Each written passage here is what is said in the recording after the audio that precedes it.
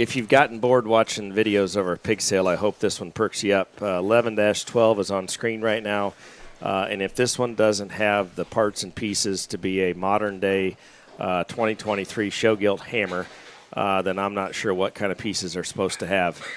She's an Anthem on the top side. That's the Dirty Secret boar that we bought from JD that we've used pretty aggressively around here. And I would tell you that in the first 2 sales of the year, he was the most well-represented sire that we had, and rightfully so. The pigs were good. We've been very happy with them. It gets more intriguing when you bust into the sow pedigree. Hub Boots is standing next to me, and he's anxious to hear what we've got on the bottom side. This is a first litter Cricket's daughter. 242-10 would be her notch. More importantly, what's behind her would be 25-9, and that's an in-game Dirty Secret sow. We've got a pair of those. They're black-headed, white-bodied. We would have bred 219-10.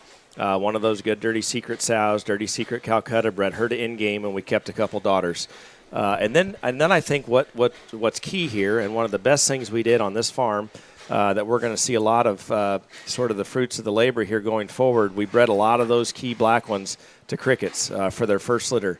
And we kept all those daughters, and we've started to see that here in the early going. So the last 2 sales, and this one included, we've had a lot of litters out of first litter Crickets daughters.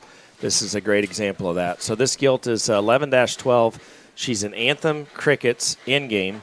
And Boots, I was just in Tulsa, had the chance to judge Coba. I believe the Grand Barrow was an in-game. Was there any in-game influence? Yeah, I think there was plenty of in-game influence. And this one right here, I think, it's not easy to – it's easy to figure out why this one's got some neat pieces. We had this one on the alley when I got here this morning. It's like I told Carl. She is the kind of livestock that when you're in college classes and you're not paying a lick of attention to what's going on and you're drawing livestock on paper, that's the kind of stuff you draw. Because, really, that is not really. But she has a beating heart. She is, she's alive. She's walking off paper as we're talking about her. It's going to get just a little goofy here, but that thing's jaw and head and how clean and sharp she is up front. And then it get just a little sheepish on you. Her chest is tucked up high and tight, but then right behind her shoulders, her heart and her rib shape is so round.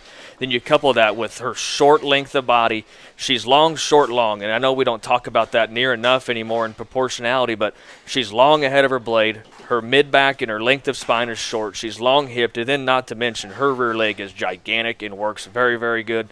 Again, I don't think it matters where you show her, when you show her, how often you show her. That is very good livestock.